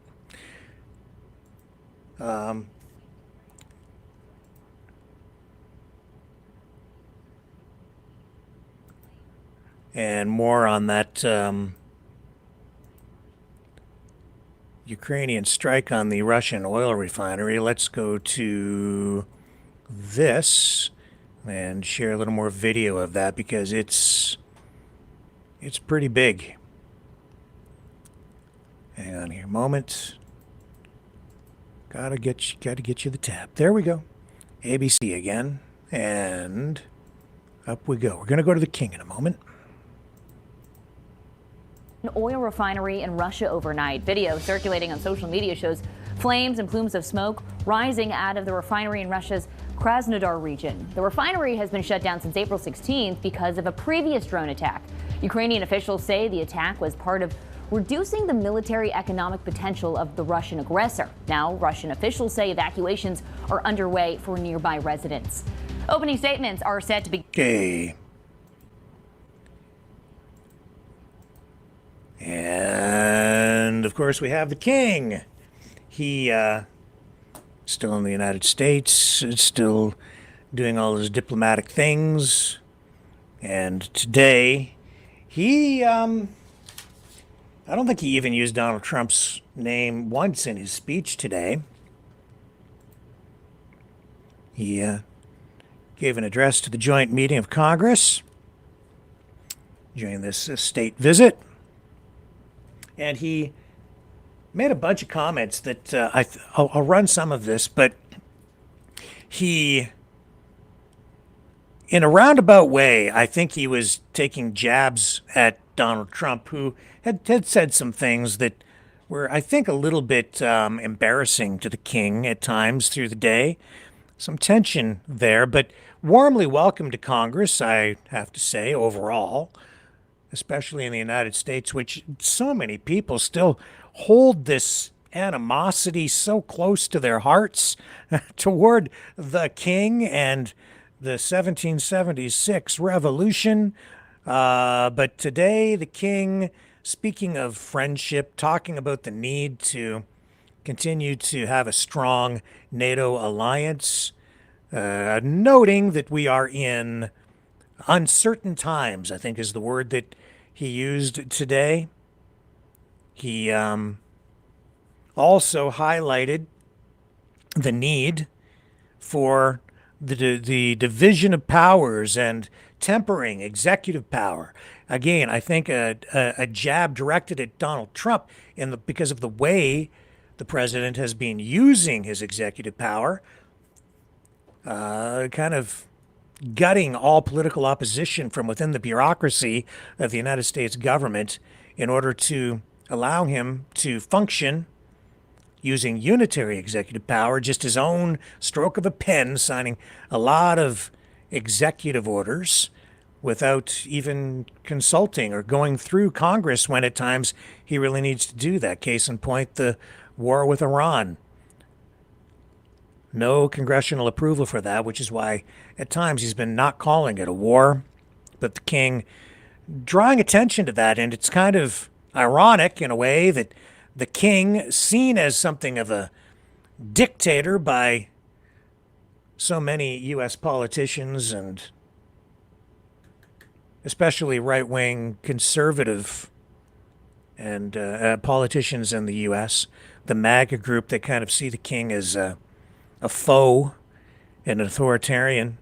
He's the one who comes to Congress today and talks about the need to restrain the powers of the people at the very top, whether it's a king like himself or a president. Talking about the need for checks and balances. Also made mention of religion on the one hand, expressing that he is a man of faith himself, but on the other hand, you'll hear him talk about tolerance and the need for people of different religions to begin to understand, or not just begin, but continue to learn from each other so that we can live in peace. Here's the king speaking to Congress.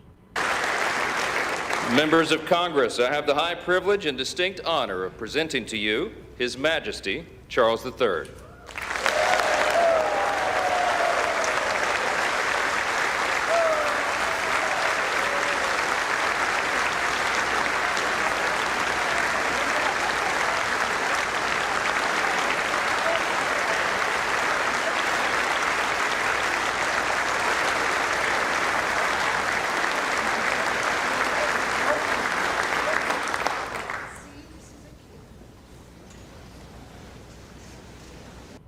Dentures. Oh, hang on. You can't do that to the king. No. Okay, let's go to Charles. Here we go. Mr. Vice President, Mr. Speaker, members of Congress, representatives of the American people across all states, territories, cities, and communities. I would like, if I may, to take this opportunity to express my particular gratitude to you all for the great honor of addressing this joint meeting of Congress, and on behalf of the Queen and myself, to thank the American people for welcoming us to the United States to mark this semi-quincentennial year of the Declaration of Independence. And for all of that time,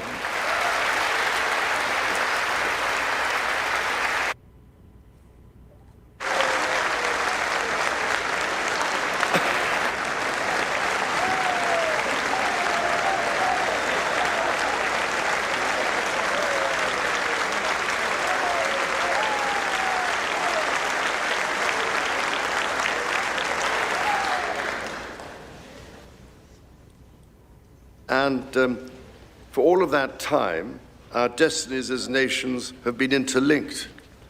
As Oscar Wilde said, we have really everything in common with America nowadays, except, of course, language. So, ladies and gentlemen, we meet in times of great uncertainty, in times of conflict from Europe to the Middle East, which pose immense challenges for the international community and whose impact is felt in communities the length and breadth of our own countries. We meet too in the aftermath of the incident not far from this great building that sought to harm the leadership of your nation and to foment wider fear and discord. Let me say with unshakable resolve, such acts of violence will never succeed.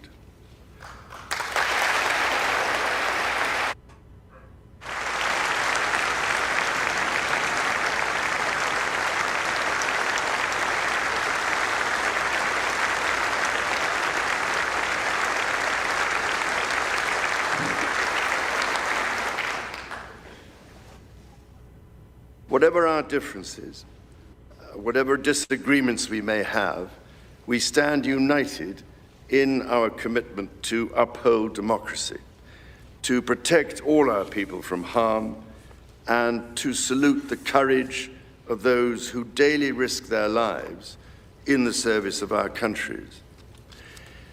Standing here today, it is hard not to feel the weight of history on my shoulder, because the modern relationship between our two nations and our own peoples spans not merely 250 years, but over 4 centuries. It is extraordinary to think that I am the 19th in our line of sovereigns to study with daily attention the affairs of America.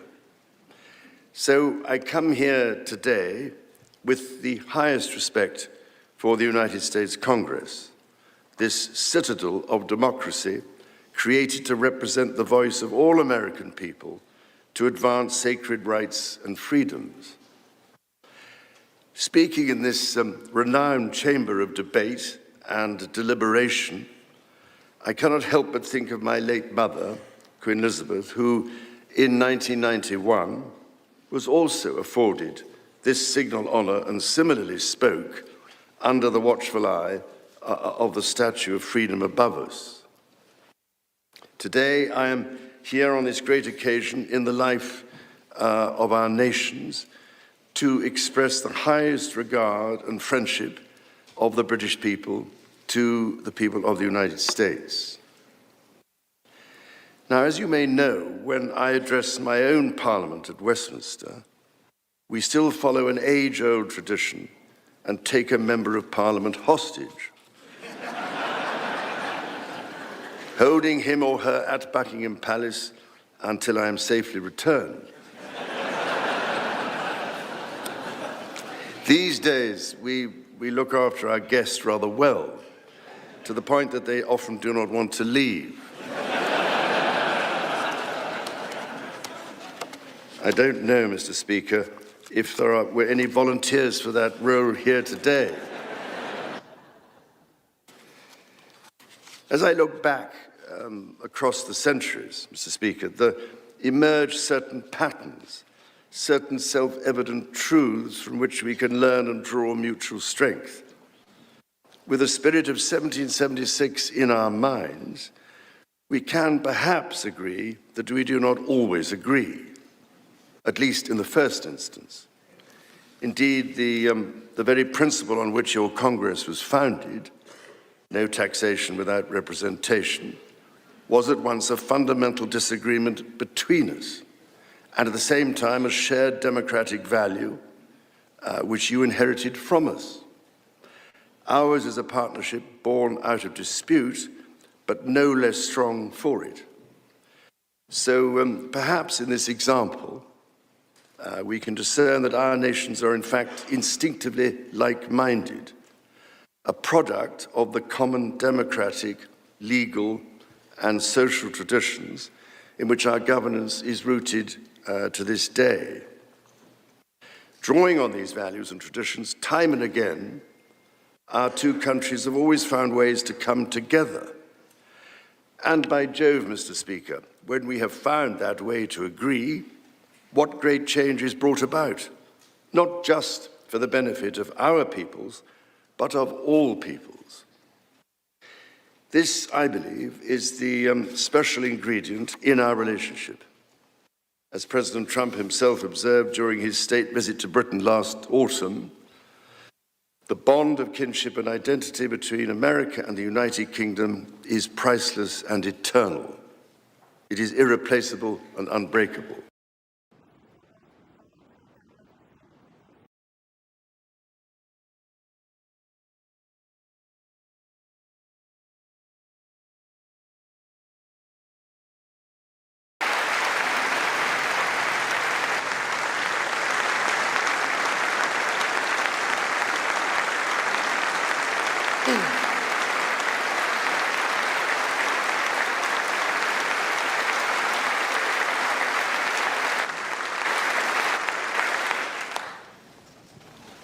Mr. Speaker, this is by no means my first visit to Washington, D.C., the capital of this great republic. It is, in fact, my 20th visit to the United States and my first as King and head of the Commonwealth.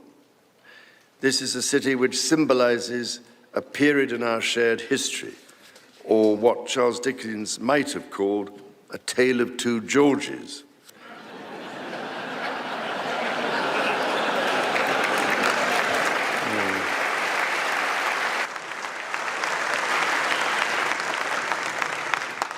First President, George Washington, and my 5 times great-grandfather, King George III.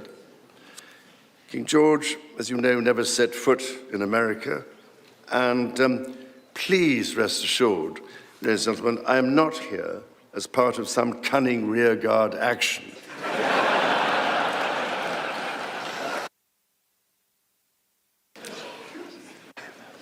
The Founding Fathers were bold and imaginative rebels with a cause. 250 years ago, or as we say in the United Kingdom, just the other day,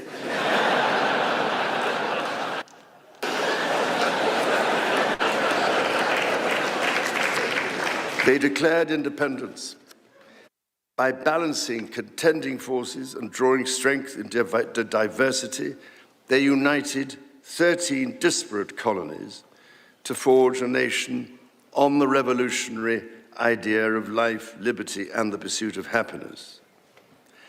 They carried with them and carried forward the great inheritance of the British Enlightenment, as well as the ideals which had an even deeper history in English common law and Magna Carta.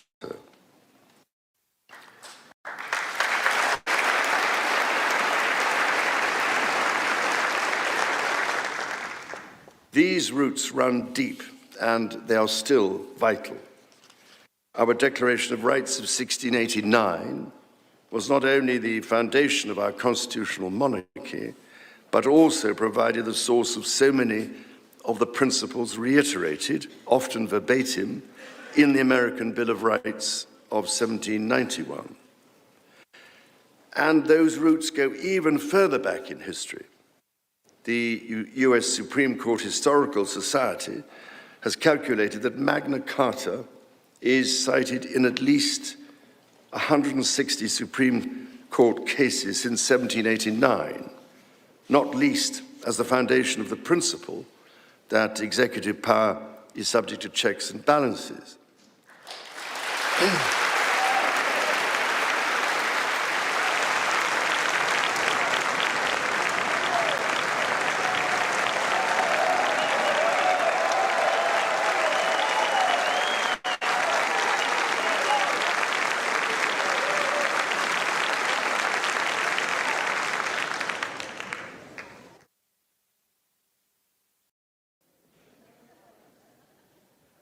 This is the reason why there stands a stone by the River Thames at Runnymede, where Magna Carta was signed in the year 1215.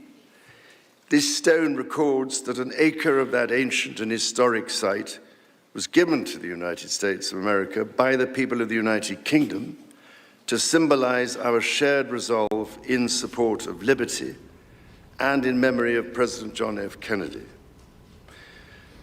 Distinguished members of the 119th Congress, it is here in these very halls that this spirit of liberty and the promise of America's founders is present in every session and every vote cast, not by the will of one, but by the deliberation of many, representing the living mosaic of the United States. In both of our countries, it is the very fact of our vibrant, diverse, and free societies that gives us our collective strength, including to support victims of some of the ills that so tragically exist in both our societies today.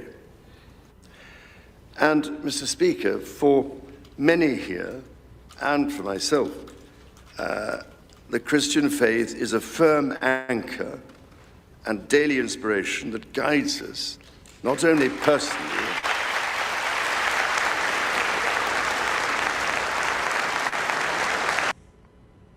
Germans have figured out a way to increase water pressure by 15 times. Hang on. We're almost done with this. Let's go back. Going back to the king. Just to wrap up.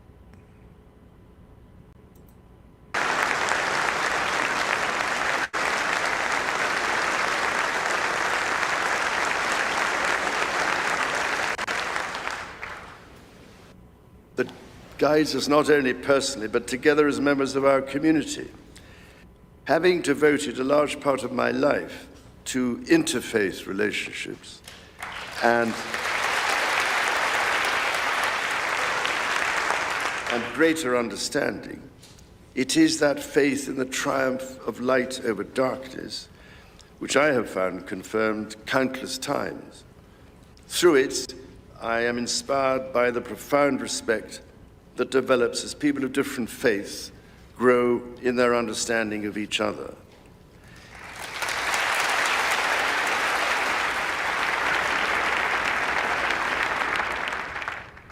It is why, it is my hope, my prayer, that in these turbulent times, working together and with our international partners, we can stem the beating of plowshares into swords. I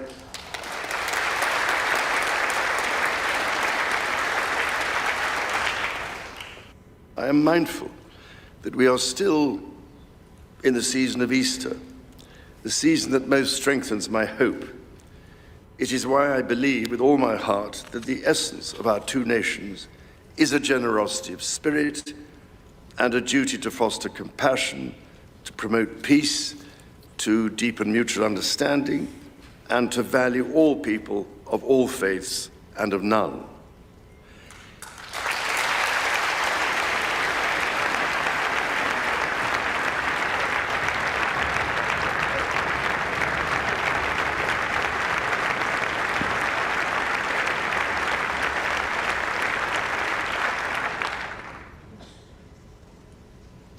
The alliance that our two nations have built over the centuries, and for which we are profoundly grateful to the American people, is truly unique. And that alliance is part of what Henry Kissinger described as Kennedy's soaring vision of an Atlantic partnership based on twin pillars, Europe and America. That partnership, I believe, Mr. Speaker, is more important today than it has ever been.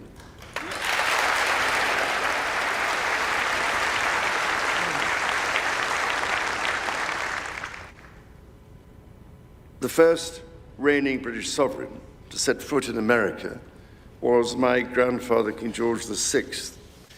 He visited in 1939 with my beloved grandmother, Queen Elizabeth, the Queen Mother. The forces of fascism in Europe were on the march, and sometime before the United States had joined us in the defense of freedom, our shared values prevailed. Today, we find ourselves in a new era, but those values remain. It is an era that is in many ways more volatile and more dangerous than the world to which my late mother spoke in this chamber in 1991. The challenges we face are too great for any one nation to bear alone. But in this unpredictable environment, our alliance cannot rest on past achievements or assume that foundational principles simply endure. As my Prime Minister said last month, ours is an indispensable partnership. We must not disregard everything that has sustained us for the last 80 years. Instead, we must build on it.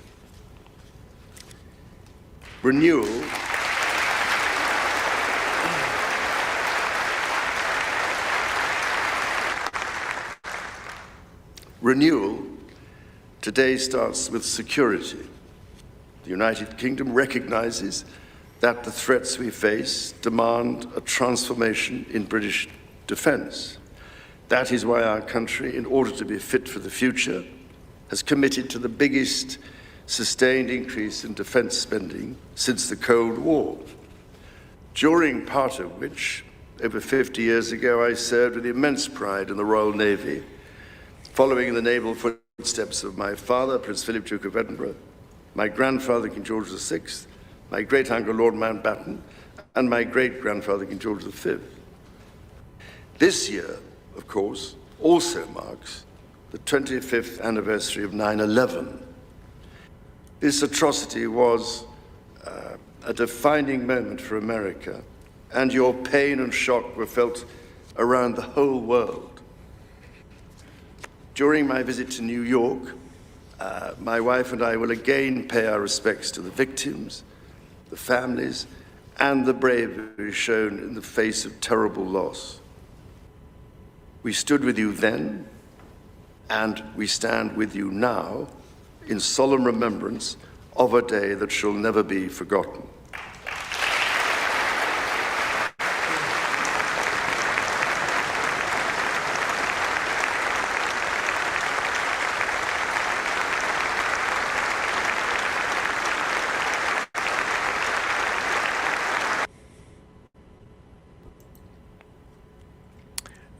Okay, so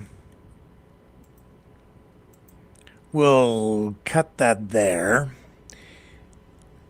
as we need to kind of be mindful of time. But the king still has some time to spend in America. He's here until the 30th, 2 more days. And I'm just checking his itinerary. Where is he going next? Yeah, so tomorrow...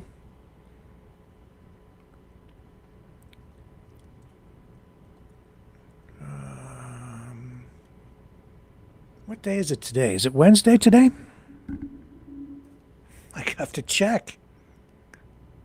I've lost track of the days. I don't think so. Yeah, it's Tuesday. So his last day is the 30th. So he still has quite a bit of ground to cover. He'll be going off to, I think he indicated there, New York. He's going to go to, I think he still has to go to, where does he go next?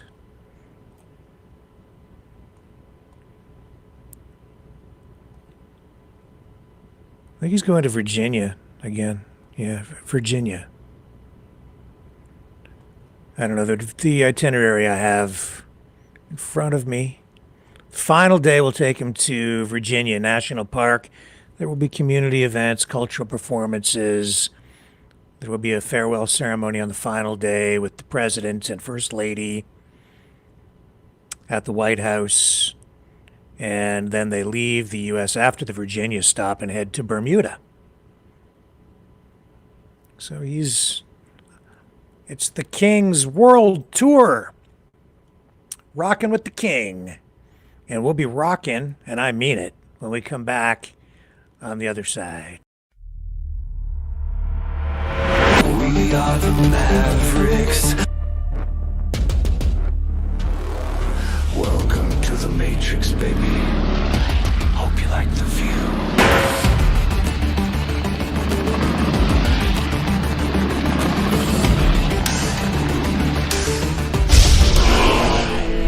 We are the Mavericks.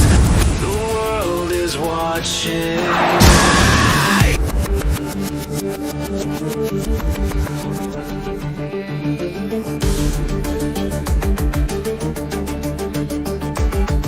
We are the Mavericks.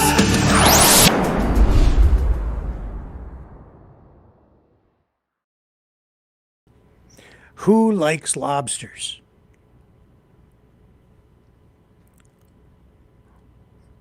I'll eat them. It's pretty good. Although I have to confess, they kind of creep me out. I think they look like aliens, and in a way they are. They come from a place I do not inhabit, a different world, an aquatic world, where weird things can happen. This is I don't know if it's a gender bender, but it's a color bender. This is a lobster, a 2-colored lobster. A rare split color lobster. They got it at the Wellfleet Shellfish Company in Eastham, Massachusetts this month. It might be a divided lobster. This is an Associated Press story. But it has united New Englanders in fascination.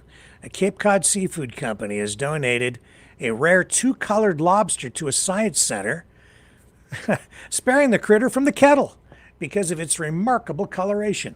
The lobster found is the typical brown color on one side and bright orange on the other, and the two-toned pattern goes all the way from its head to its tail. As you can see in when it was posing for its photos, you supermodel. I wonder if it's a he or a she.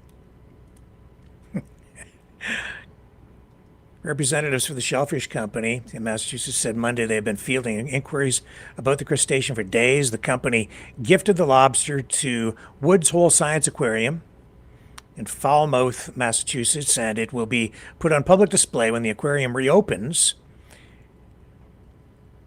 And so fishermen caught this thing off Cape Cod on April 16th. And it says here that oddly colored lobsters often make their way to New England's docks over the course of the spring and summer, but the two-colored specimen is rarer than most. And the American lobster is usually mottled brown, but they can experience color abnormalities due to gene mutations that affect the proteins that bind to their pigments. Some are blue or orange, some are spotted calico, and others are so brightly colored they're called cotton candy lobsters. I didn't know any of this. Learned something new today. Try to every day. A two-colored lobster can occur because two lobster eggs fused and one grew as one animal. Ooh, creepy! Marine sciences professor Marcus Frederick of the University of New England in Maine told the Associated Press in 2024 there are estimates about the rarity of different lobster colors, though Frederick has also cautioned that such figures are approximations.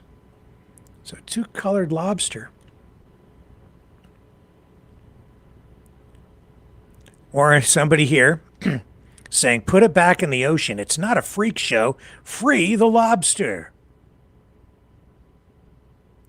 Yeah, see, some people just don't like these lobsters being harvested for food, and they certainly don't like them being boiled, which brings me to part 2 of this presentation tonight on lobsters. In Canada and in some other places, there's a movement afoot to ban the boiling of lobsters. This recent headline here from Inside Halton, a Canadian publication. Is Canada on the verge of banning boiling lobsters? Here's why ethical cooking debate is gaining steam. Oh, you cute little guy. Look at him, he's so well behaved. He just sat there and had his photo taken. Indeed, some countries have already banned the boiling of lobsters.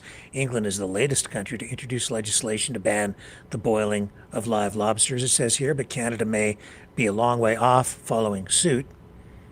It says, well, the live boiling debate hasn't really been broached in Canada yet. A Nova Scotia chef is taking a proactive approach, teaching his students a new way to prep the crustaceans for consumption. I think I highlighted something with regard to this story about 6 months ago. It says here, back in December, England announced it was banning the method of boiling lobsters, crab, and shrimp alive, which will be effective in 2030. Yeah, I kind of remember talking about this about 6 months ago. It's part of the country's Animal Welfare Sentience Act, which recognizes that all crustaceans, such as lobsters and crabs, along with mollusks, squid, and octopus, can feel pain. Yeah, there have been studies, this one highlighting this study from the London School of Economics and Political Science in 2021. Showed that when a stinging acidic solution is poured on a lobster's antenna, it rubs the area with its claws, and researchers found that that response is reduced if a local anesthetic is applied, so they do feel and they respond to it. I remember when I was in elementary school, we were doing experiments with mealworms. Did anybody else do experiments with mealworms? I remember it was grade 5, I believe. Yeah, and the teacher had a mealworm, and the mealworm was crawling along a desk, and he took a lighter and lit the lighter, and the mealworm could sense the heat and turned around and tried to get away from the heat, showing us that even a little mealworm has a brain of some kind and can feel pain sensations. It's sentient, aware, makes you think. Which is probably more than a lot of people do. Maybe more sentient than some humanoids I know. But here's this, because 8 years ago, I believe, Sweden banned lobsters. Or Switzerland, sorry. Banned boiling lobsters, live lobsters, citing animal cruelty. So they've been on the leading edge of this. Starting in March, this is 8 years ago, though, it will be illegal to cook the crustaceans without stunning them first.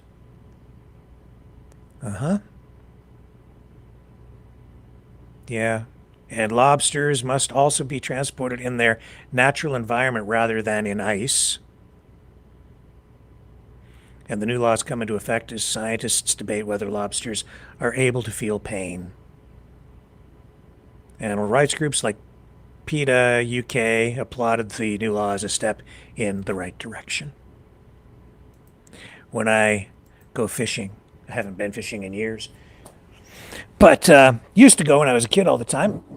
Used to have ponds, not like within walking distance of my house in London. There's a wooded area there with ponds. I used to go bass fishing back there, and my friends and I used to take a canoe back through the woods, and then we'd go fishing for the day. Sometimes we just fish from shore. Used to catch smallmouth bass. Anyway, yeah, maybe I've told you this before, but when I'd catch the fish, I would stab them in the head with a knife to put them out of their misery. If I was taking them home to eat them, I wouldn't let them just suffocate to death. I felt really bad about it. So some of you are probably cringing thinking about me stabbing the fish in the head, but that's to go straight through the brain and just kill the fish. The thing about those fish, though, is they were so tough that even after you did that, they'd still be, the gills would be moving and stuff. So I don't know how much pain a fish feels, but I'm sure they do, which makes you wonder how cruel it is even to put a hook through their mouth. But we got to eat, right? So that's the reality of it all. And it was about 6 months ago I was talking about the lobsters, which led me to actually work on a song at the time. Do you see where this is going? I did put a song together that I haven't. This is the debut here tonight. I've never really been satisfied with it, but because this story surfaced tonight, this lobster story, I thought, well, we have to close the show then with the grand finale, the lobster rock. Now, here's how you do the dance. When it says claws up, you have to do this. It's a dance. So it's the lobster rock, and you have to do the lobster rock, okay? It's better than the Trump dance. This is a Maverick and the News Brothers original, and we now have a dance to go with it. Claws up. Not elbows, claws. All right, folks, here's the lobster rock. I will see you back here tomorrow. And remember, lobsters are people too. 7 p.m. Eastern tomorrow. 7 p.m. Eastern on the flip side. Do the lobster rock. Do the lobster rock. Yeah, yeah, yeah. Boiling my brain. Ain't feeling no pain. Do the lobster rock. Do the lobster rock. Clouds up, snap, snap. Clouds up, snap, snap. Heat wave, heart attack. Do the lobster rock. Do the lobster rock. Lobsters are people too. How about you? Do the lobster rock. Do the lobster rock. Frogs are pussies, they boil slow. Lobsters get dunked and put on a show. Do the lobster rock. Do the lobster rock. Time to fight for lobster rights. Zap them quick under the lights. Do the lobster rock. Do the lobster rock.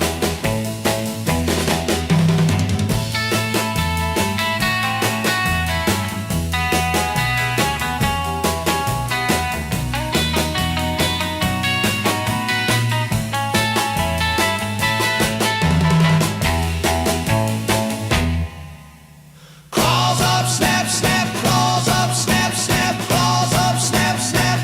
Do the lobster rock. Do the lobster rock. Boiling my brain. Ain't feeling no pain. Lobsters are people too.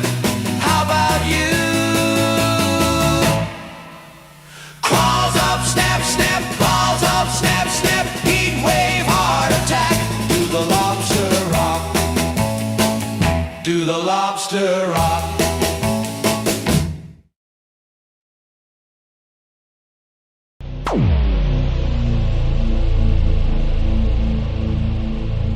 This has been a Maverick Multimedia production.